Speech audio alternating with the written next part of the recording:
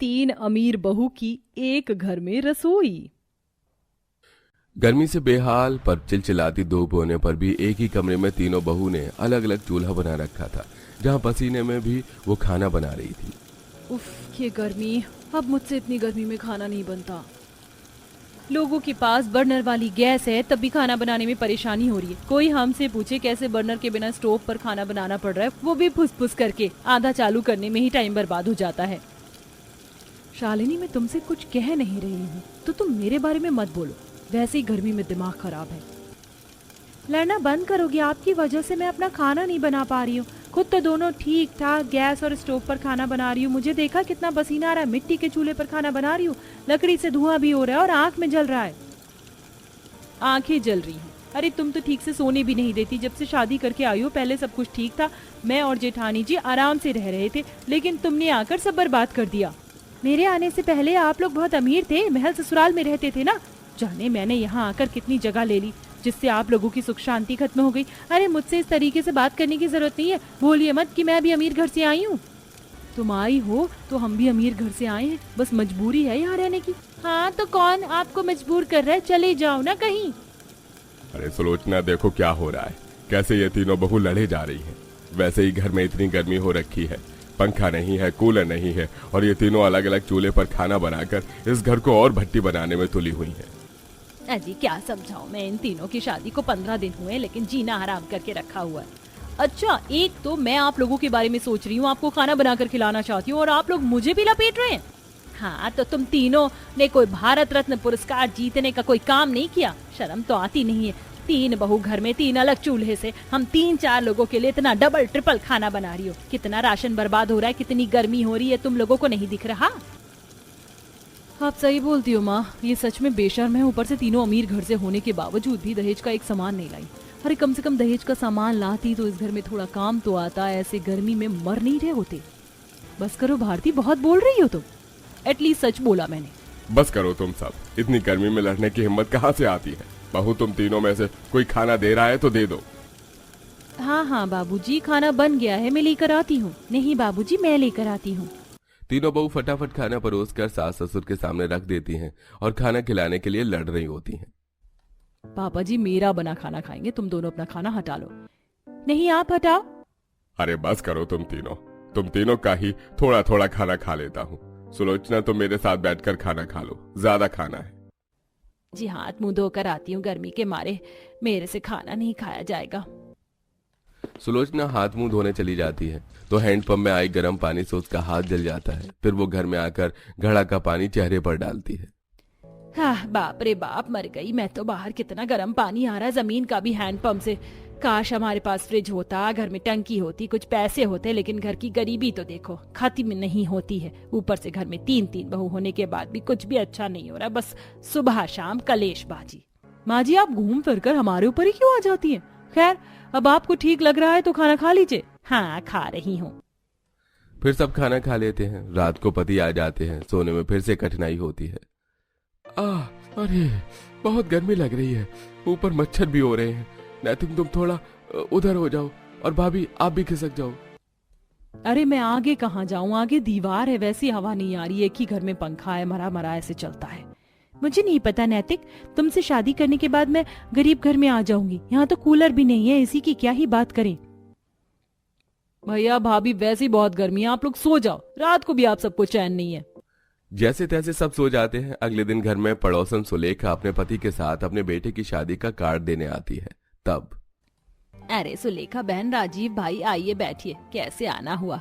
बहू जरा 2 कप चाय बना कर लाना।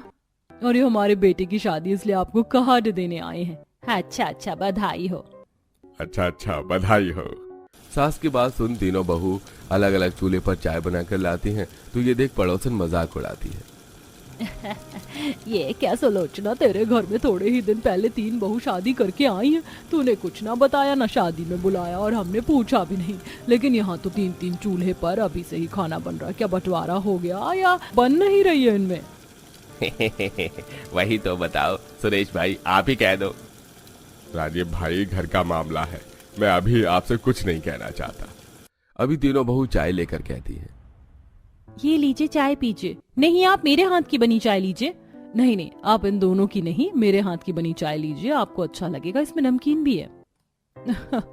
देखा सुलोचना, तेरे घर का हाल, अब बता हम किसके हाथ की चाय पिए भाई, हम तो चल रहे हैं, ये चाय तुम अकेले पी लेना। वैसे भी इतनी गर्मी में हम चाय नहीं पी सकते। ये कहकर पड़ोसी लोग मजाक उड़ाकर चले जाते हैं। दरअसल पहली अमीर बहू तो दिग्विजय से यूं ही शादी करके आ गई थी, लेकिन राहुल ने शालिनी से उसके घर से भागकर शादी कर ली और तीसरा वाला इतना मासूम दिल का निकला कि आत्महत्या करती। रितिका को उसने बचा लिया और शादी करके घर ले आया। माँ बाप ने तो कुछ नहीं कहा, लेकिन शादी के कुछ ही दिनों में उनकी लड़ाई होने लगी, क्योंकि अमीर घर से होने की वजह से वो गरीब ससुराल में रह नहीं पा रही थी, लेकिन मजबूर होकर रह रही थी। वहीं तीनों घर के बेटे भी फैक्ट्री में काम करके घर का खर्च चलाने की कोशिश कर रहे थे। वक्त गुजर जाता है, आए दिन गर्मी में बुरा हाल होता है। वहीं तीनों पत्नी कभी अपने पति से लड़ती, तो कभी घर वालों से, तो कभी आपस में ही। एक शाम तीनों बहू बाजार से सामान लेने गई थी। तभी तीन बहू को प्यार से सामान लेता हुआ सुलोचना और उसकी बहू देखती है, और इसके बावजूद भी तीनों लड़ती हैं। अरे मैं लौकी की सब्जी ले रही हूँ ना कोफ्ते बनाने के लिए, तो तुम दोनों कोई दूसरी सब्जी क्यों नहीं ले रहे? मेरी नकल मत करो। अरे नकल करने के लिए आप ही बची हो क्या? आप कुछ और सब्जी ले लो, मुझे तो यही बनानी है। रितिका तुम शिमला मिर्च ले लो, नहीं तो आलू खरीद लो। अरे मैं हमेशा ही क्यों सैक्रिफाइस करूँ? छोटी हूँ तो आप दोनों मुझे ही बोलोगे, कभी खुद बड़प्पन भी दिखा दिया करो। तीनों बीच बाजार में लड़ने लग जाती हैं। आते जाते लोग उन्हें देख रहे होते हैं। तभी सुलोचना उन तीनों को घर लाकर सुनाने लगती है। कब सुधरोगी तुम तीनों, मुझे ये बता दो। देखा था ना बाजार में तीन बहू कैसे प्यार से सामान ले रही थी, और खुद को देखो कैसे कुत्ते बिल्ली की तरह लड़ रही थी। जब से शादी करके आई हो मेरे घर की सुख समृद्धि शांति भंग कर दी है। इससे अच्छा तो हम पहले ही गरीबी में रोटी बनाकर खा रहे थे, तुम्हारे आने के बाद भी सब बर्बाद हो रहा है। डबल राशन जाता है, मेरे बच्चों के पैसे लगते हैं। अगर यही पैसे बच जाते तो अब तक कूलर आ जाता घर में। वैसे तुम हाय गर्मी करती रहती हो, लेकिन तुमने घर के लिए अभी तक किया ही क्या है? अरे तुम तो पढ़ी लिखी गंवार हो, एक रसोई में मिलकर खाना नहीं बना सकती। सास की ये बात सुन तीनों बहू की बोलती बंद हो जाती है। अगले दिन घर में उनसे कोई बात नहीं करता। तब अकेले में तीनों बहू। सच में अब तो सर से पसीना बहते बहते पैरों तक आ गया है। माँ जी ने कल हम तीनों को सही डांटा है। हमने पैसे तो बहुत बर्बाद किए, लेकिन अब पैसे बचाने के लिए और कमाने के लिए क्या करें? दीदी ऐसा कुछ काम करते हैं जो हमारी पढ़ाई लिखाई नॉलेज काम आए। मुझे समझ आ गया हमें क्या करना चाहिए। बड़ी दीदी ट्यूशन पढ़ा लेंगी, मुझे फॉर्म वगैरह ऑनलाइन डॉक्यूमेंट के काम अच्छे से आते हैं, मैं वो करूंगी, और तुम कंप्यूटर क्लास दे दो बच्चों को, हर महीने 500 रुपए फीस। हाँ, इससे हमारे घर वाले भी खुश हो जाएंगे और धीरे धीरे हम अपना घर बनवा लेंगे और एसी कूलर भी ले आएंगे, साथ में चूल्हा भी एक ही रखेंगे। हाँ बिल्कुल।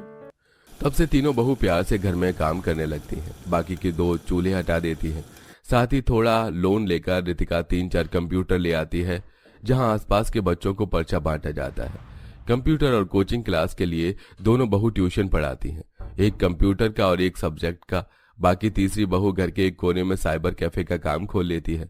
लोगों के ऑनलाइन डॉक्यूमेंट भर के पैसे भेजकर और आधार कार्ड का काम करवाकर धीरे धीरे घर की आर्थिक स्थिति को बेहतर करने में मदद करती है। और 3 महीने में ही वो घर में ईएमआई पर एक एसी ले आती है, जिससे पूरे घर में एसी की ठंडी हवा बहती है। साथ ही अब उनके ट्यूशन के बैच भी बहुत ज्यादा होते हैं। कंप्यूटर का लोन भी उतार देती है और घर में मॉडर्न रसोई भी बन जाती है। एक दिन अरे वाह, जैसे ही तुम तीनों की अकल पलटी इस घर की काया पलट गई। देखो तो अब तो हमारी रसोई भी बहुत अच्छी हो गई और घर में गर्मी की दिक्कत भी नहीं है। और माँ जी ये सब आपकी उस दिन की डांट की वजह से हुआ है, तभी हम संभल पाए। और अभी तो देखना आप, हम इसका ऊपर का फ्लोर बनाएंगे और फ्रिज भी लेकर आएंगे। हाँ बिल्कुल बच्चों। इस तरह तीनों अमीर बहू